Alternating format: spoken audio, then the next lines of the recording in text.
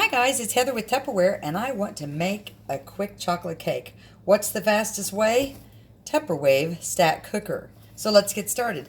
Have all of the ingredients that are on the back of your cake mix. This is the eggs, the oil, and the water I already have pre-measured. Let's pick a bowl. How about our That's a Bowls? Well, our That's a Bowl will be too large. It's 32 cups. But our junior That's a Bowl that you can get when you host a Tupperware party is just perfect for the size. So we're going to open that up, take the seal off. We don't need that. It's got the great thumb hold, so it's easy to work with.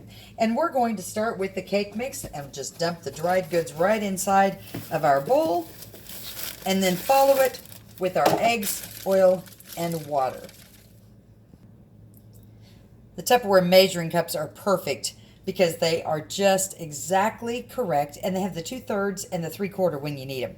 We're going to take our Tupperware whisk, get a hold of the little thing, and just mix it. I love this little thumb hold because it just gives me a place to hold on. Plus, when I'm wanting to carry it someplace, it's wonderful. And because you have a round seal in Tupperware, did you know that it's not only airtight, but it's liquid tight as well?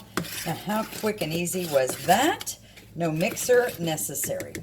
All right, but I'm going to give you a little hint. If you really like chocolate, you might entertain the fact to get out your Modular Mate, where I've got, chocolate chips. And let's see, we're doing milk chocolate today, so I'm just going to take and sprinkle some chocolate chips and fold that in. Did you know that that just can make your cake a little more fattening and delectable? We're going to use our spatula, and it clears off the sides. Look, it just licks that bowl clean. It's perfect. And fold that right in and take care of any mixing that we might not have gotten. All right, now we're going to use the 3/4, it's the largest piece of Stack Cooker, the set, and put the cone right on the inside. It's placed perfect. Then we're going to take our cake mix and pour it right around the cone. Simple, simple, simple. And then we're going to use this spatula to just perfectly get out every bit. Usually when we use the spatula, the person who likes to lick the bowl is a little bit disappointed because it takes care of about everything in that bowl. But I suppose you could always leave a little in there if you want to. So we've got our bowl licked clean. We've got our Stack Cooker, and it's ready to go in the microwave. If you'll let it stand there for just maybe, 5 minutes, sometimes the agent will let it rise a little bit, but I'm awfully impatient. I'm just going to go ahead and get it started. Now the cake has already been cooking for 2 minutes in the microwave, total of 7 minutes. But in that time, I've already had time to clean my dishes, get everything done. How easy is that? So not a lot of mess. But let me tell you a little more about the Stack Cooker.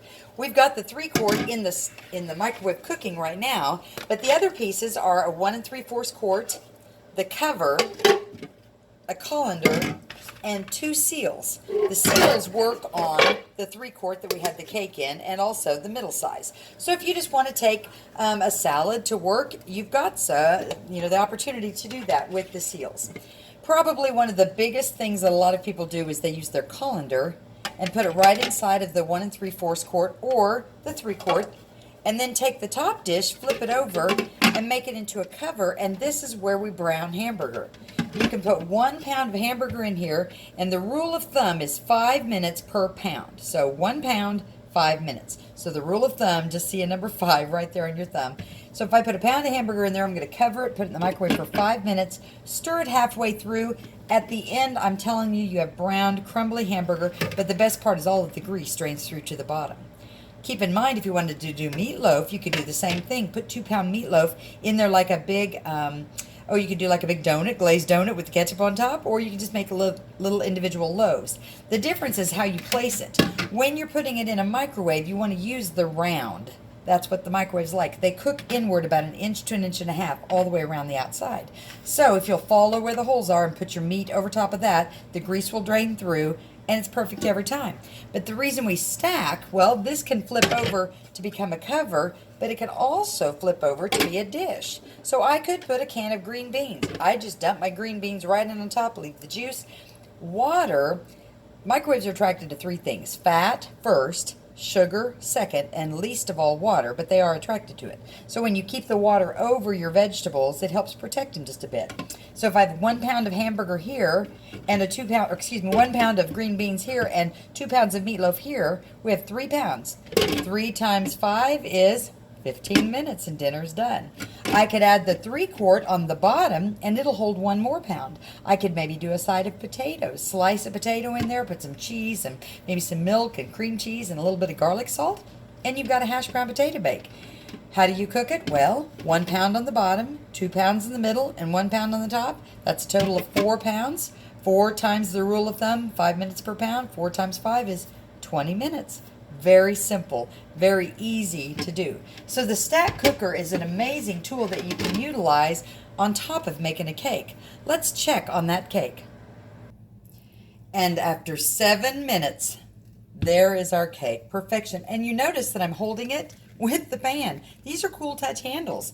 It's not even hot. I'm going to let a cake always rest for about 5 minutes just to let it cool down before we try to flip it out. After a few minutes, we're going to go ahead and take a plate, place it on the top, and simply invert and flip. Ooh, felt it drop. Here we go. Take a peek. Oh, see all the chocolate chips? They moved right to the top. That's what that gooey is. I have a few still left here that we won't let go to waste. And I can take and simply frost that with a little bit more frosting that we have, or leave it as is. I'm tempted to not do any more frosting because after I took off the chocolate chips, look how beautifully they melted. But I have some whipped frosting that's already here and ready to go, so why not? So for that family member who loves chocolate cake, here we go. And if you want to, you could even take and put just a few more chocolate chips on top, and voila, a cake done perfectly for any chocolate lover in about 10 minutes. You can't do faster than that. You can't even drive to a store and buy a cake quicker than that. And this is homemade and made with love. So happy birthday to somebody, or happy anniversary to somebody, or just happy chocolate day to somebody. Have a great day. Grab one of these stack cookers. They are amazing.